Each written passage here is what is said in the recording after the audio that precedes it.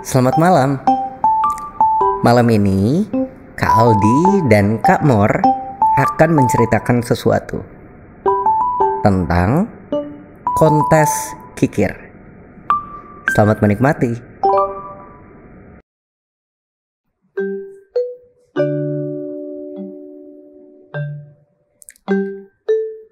Suatu hari, ada sebuah desa yang disebut Desa Kikir karena hampir semua penduduknya memiliki sifat kikir. Seorang pengembara yang kebetulan melintas di desa itu merasa sangat lapar. Alangkah terkejutnya pengembara itu karena hampir semua penduduk desa memiliki harta yang melimpah. Namun, tidak ada satu orang pun yang menikmati hartanya. Mereka justru menumpuk kekayaan dan hidup sangat irit. Ada seorang wanita tua yang memiliki rumah besar dan perkebunan luas. Namun, hanya makan keju busuk sekali sehari yang ia beli dengan harga murah. Ada juga seorang ayah yang memiliki anak perempuan yang sakit. Namun, ia tidak segera membawa anaknya ke dokter. Ia hanya membeli lada hitam yang sudah kadaluarsa untuk membuat anaknya selalu bersin. Dengan begitu, ia berharap penyakitnya segera keluar dari tubuh anaknya. Ada juga sepasang suami istri yang menimbun semua sampah di rumahnya untuk digunakan kembali suatu saat nanti. Pengembara yang lapar itu kemudian berpikir, bagaimana caranya ia mendapatkan makanan dari orang-orang kikir itu? Jika ia meminta makanan dengan mengetuk pintu rumah penduduk, sudah tentu ia tidak akan mendapatkan secuil nasi pun. Pengembara lalu mengadakan sebuah kontes kikir.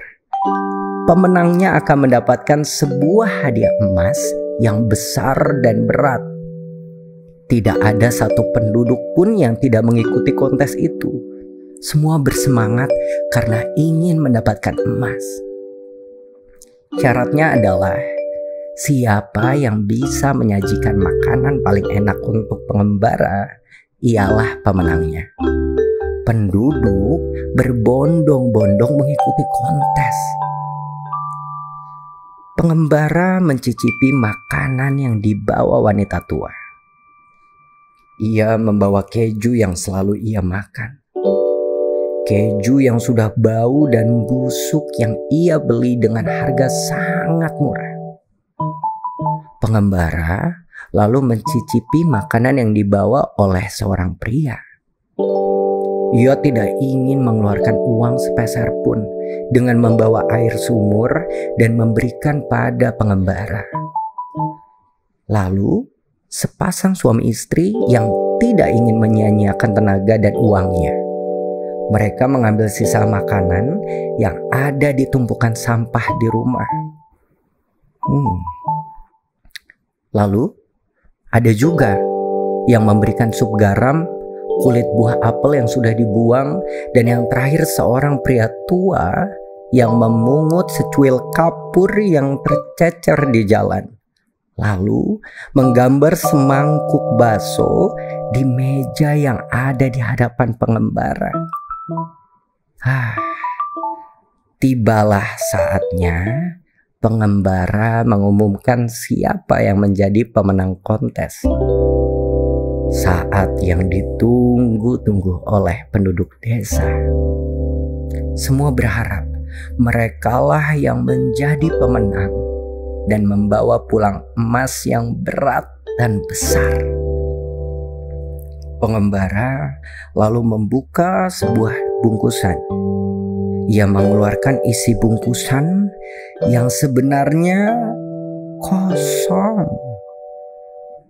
Dengan kedua tangannya, ia berpura-pura mengangkat emas yang besar dan berat.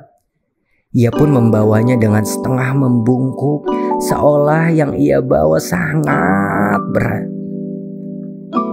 Dan pemenangnya adalah pria tua.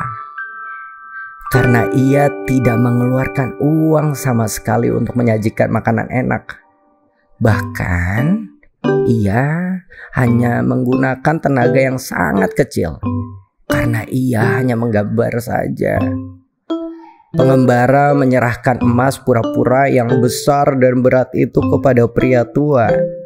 Tentu saja pengembara tidak akan sungguh-sungguh memberikan emas kepada orang yang kikir. Dari sini kita bisa belajar bahwa sebaiknya kita harus membagikan apa yang kita punya. Boleh saja kita mengumpulkan semuanya sampai banyak, ilmu, harta, atau apapun. Tapi alangkah baiknya kalau kita bisa membagi kebahagiaan ke orang lain.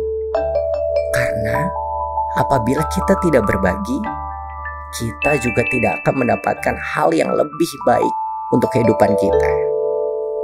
Mudah-mudahan ke depannya kita bisa menjadi manusia yang saling membantu dan saling berbagi untuk masa depan kehidupan yang lebih baik suatu hari. Selamat tidur.